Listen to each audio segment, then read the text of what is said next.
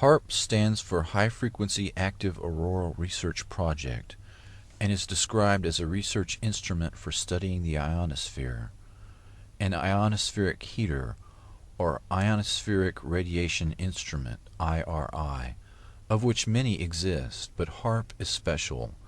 The ability to focus energy and the unprecedented amount in gigawatts, billions of watts, make it literally millions of times more effective at heating the region about 150 miles above the Earth's surface. The atmosphere has most of its density below 30 miles altitude. The ionosphere is the very thin layer above that absorbs dangerous ultraviolet radiation and makes life possible on Earth. There is very little mixing normally between the two layers, but disturbances in the ionosphere translate to changes in weather, such as normally occurring sunspots and the solar wind. The main idea behind HAARP is the ability to direct electrons along the naturally occurring magnetic field lines of the Earth and accelerate them to near the speed of light, to form a protective shell of highly excited particles that not only block communications worldwide, but destroy missiles in their trajectory as they descend from space.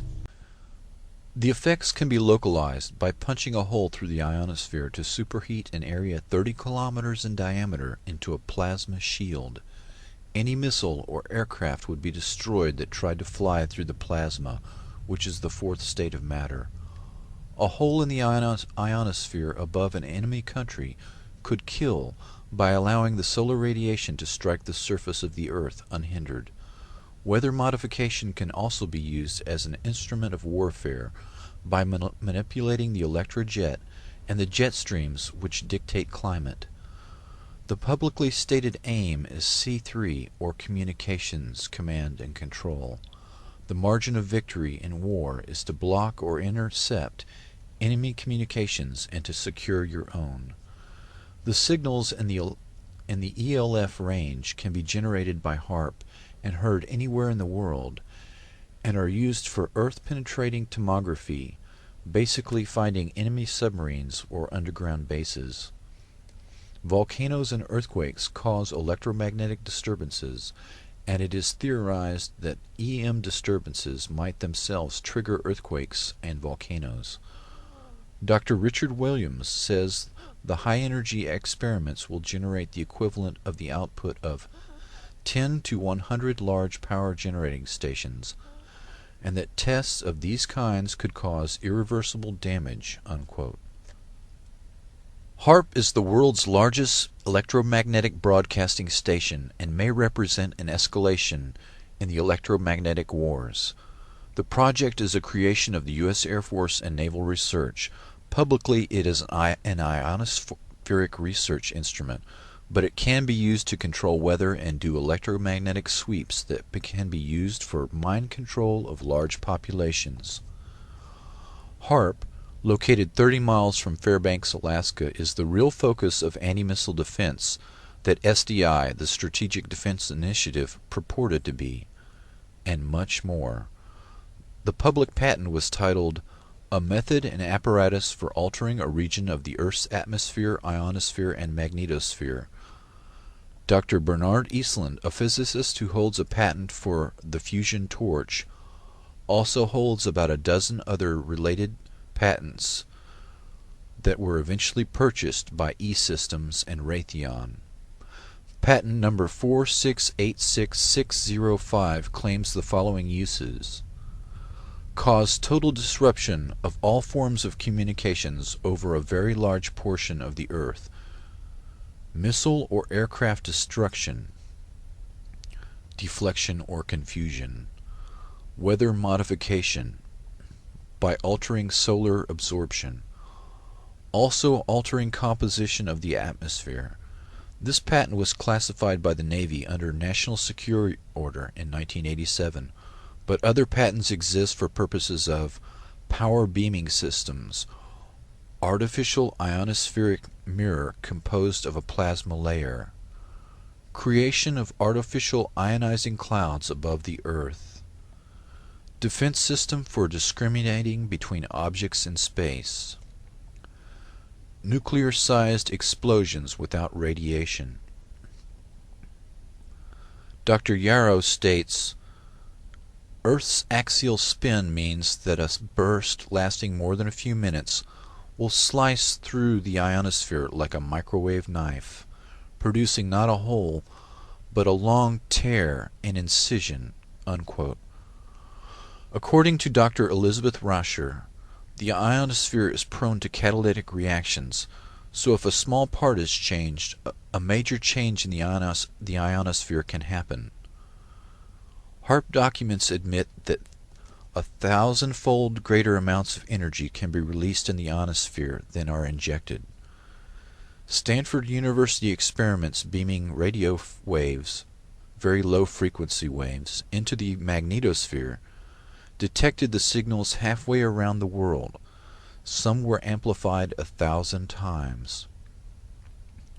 HAARP documents describe intentionally trying to get a runaway effect in the ionosphere.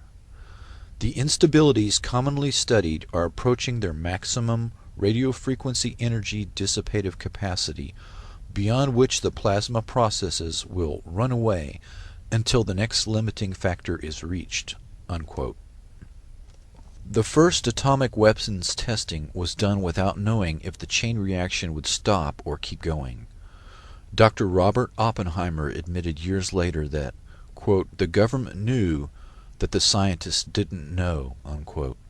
The decision to pulse several gigawatts of energy into the ionosphere could cross a threshold. Walter Richmond wrote an account of such an event in a book entitled The Lost Millennium. The event began with a solar tap, a planetary short circuit.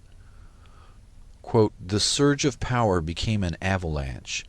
At the pole in the vertical plane of the Earth's magnetic field where the winds of magnetism would not rise to blow it out, 1 trillion watt-seconds of energy unleashed their fury on the polar cap in the first flash.